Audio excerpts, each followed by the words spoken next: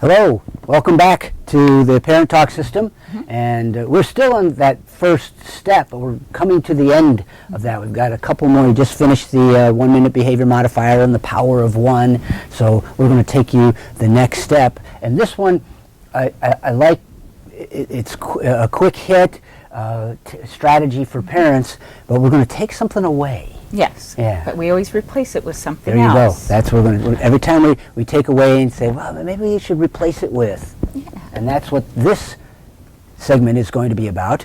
And we're at Module 3, and I'm on page 11 in the workbook. So if you'd like to join us there, you're welcome to.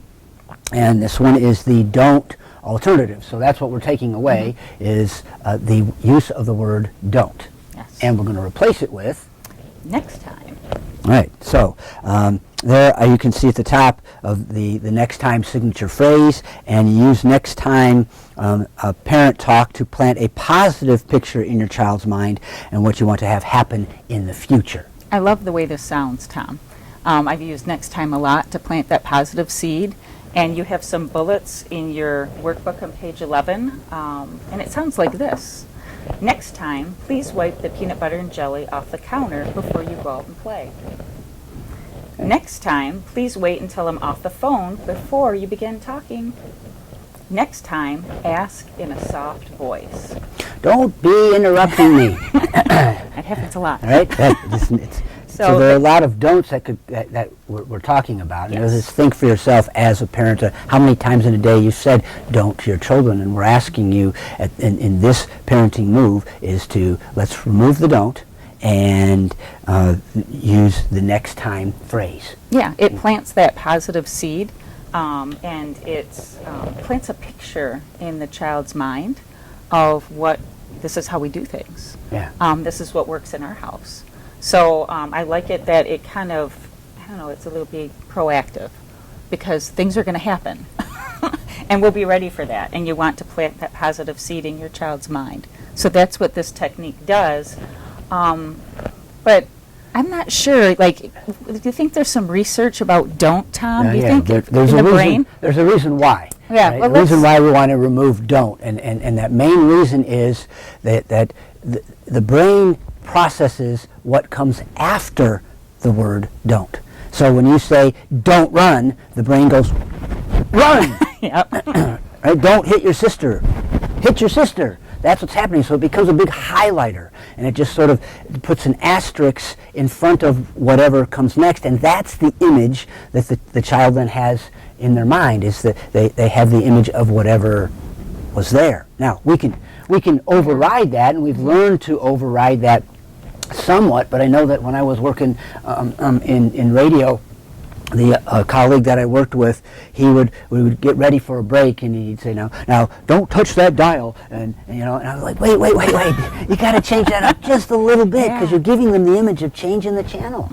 And I say, so we replace it with, next time, stay with us, and right here. This part in the Parent Talk workshop, I love the little scenario to kind of test.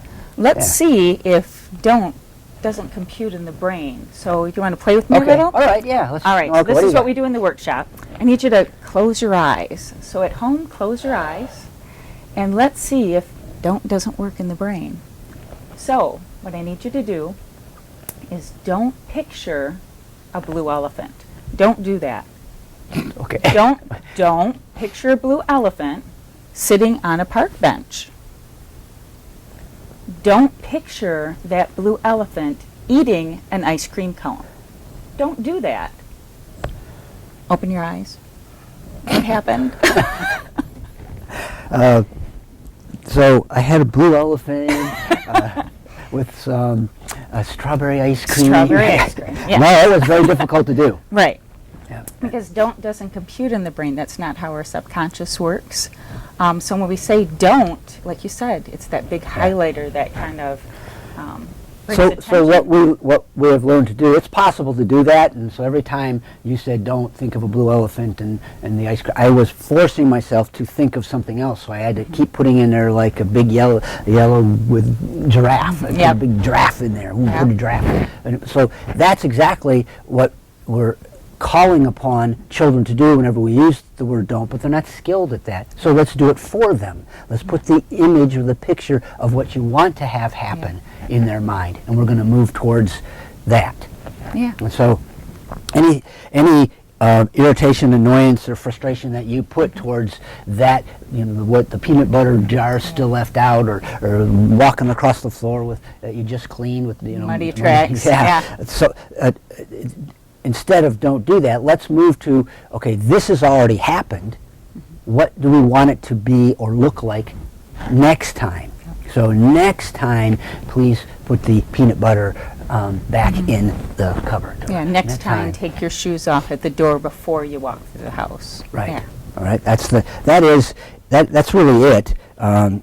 It is that just remembering that don't doesn't work, and let's move towards creating the image of what we want to happen next. And so that's what this step is about. It's an easy, quick, simple one, but it's very effective to helping your children move into the future.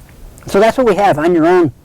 A little work is to read a little bit more about next time, to give you a couple other examples. That's on page 12 in your workbook and into 13. And then there's a little activity. Yep, on page 14 you have a left column, some don'ts that you typically say, like don't run or don't hit or whatever happens in your home. And on the right you're going to rephrase that and substitute the new phrase next time.